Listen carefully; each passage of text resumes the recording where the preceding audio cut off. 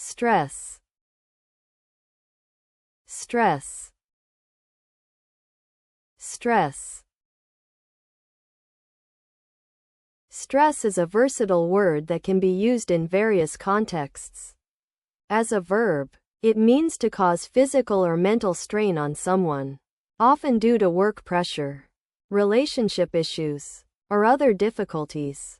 For example, she's been stressed out with her new job implies that the work environment has caused her emotional distress. When used as a noun, stress can refer to this feeling of being overwhelmed or anxious, as in, I'm experiencing a lot of stress trying to meet this deadline. Alternatively, stress can also refer to physical strain, like when you're running and your muscles feel strained from exertion. It's worth noting that stress is often used interchangeably with the word anxiety.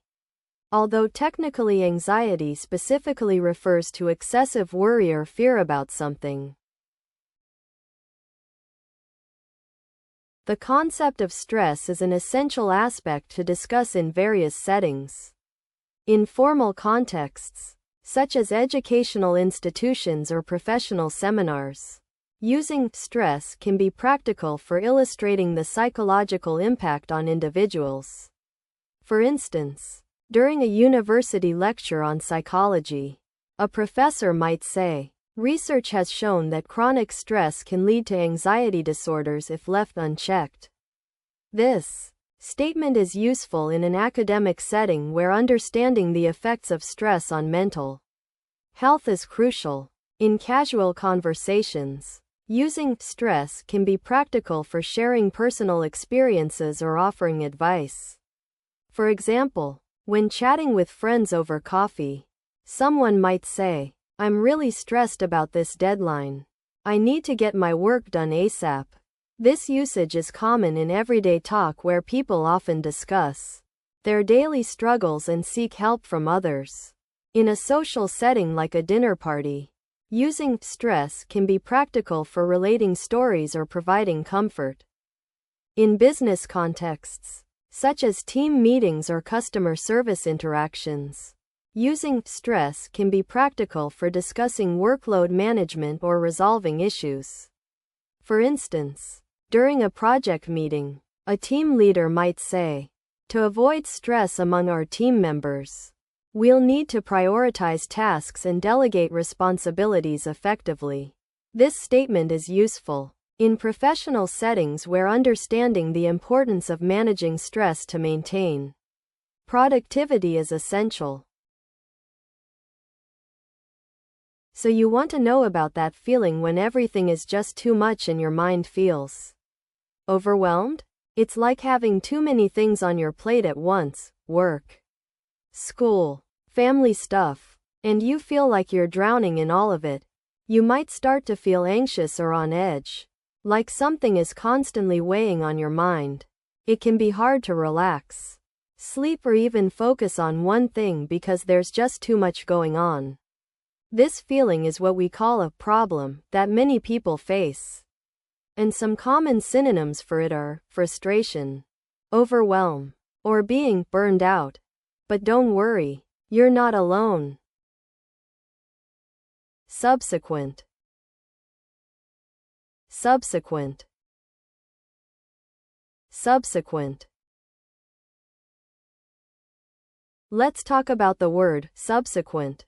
The part of speech is an adjective, which means it describes or modifies a noun. In common usage, subsequent refers to something that happens or comes after another event, action, or time period. For example, if you say, the company will announce its new policy subsequent to the quarterly meeting, it means the announcement will happen later, not now. The key idea is that one thing, the meeting, triggers or leads to another thing, the announcement. What's important to note about subsequent is that it often implies a cause and effect relationship between two events, and can also imply a logical progression from one stage to the next. Let's talk about using the word subsequent in different contexts.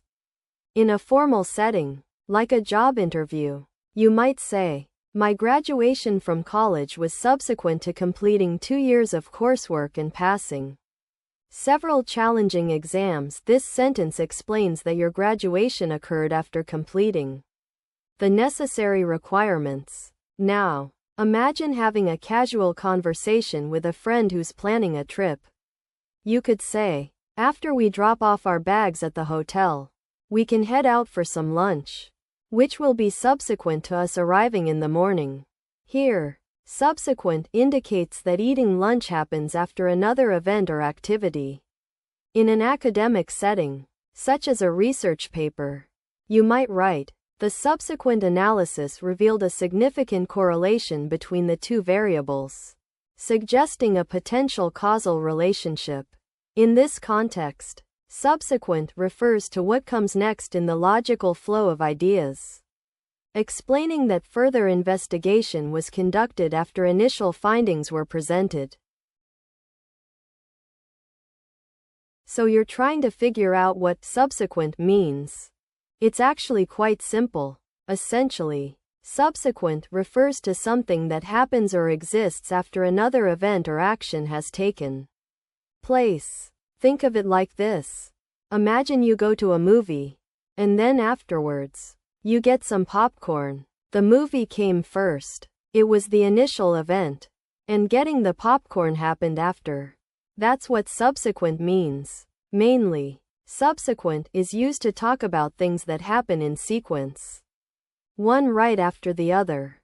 This concept is similar to the idea of consequence or follow-up, and it can also be described with words like next, following, or after. When you want to describe a series of events where something happens as a direct result of what came before, subsequent is a great word to use. Some.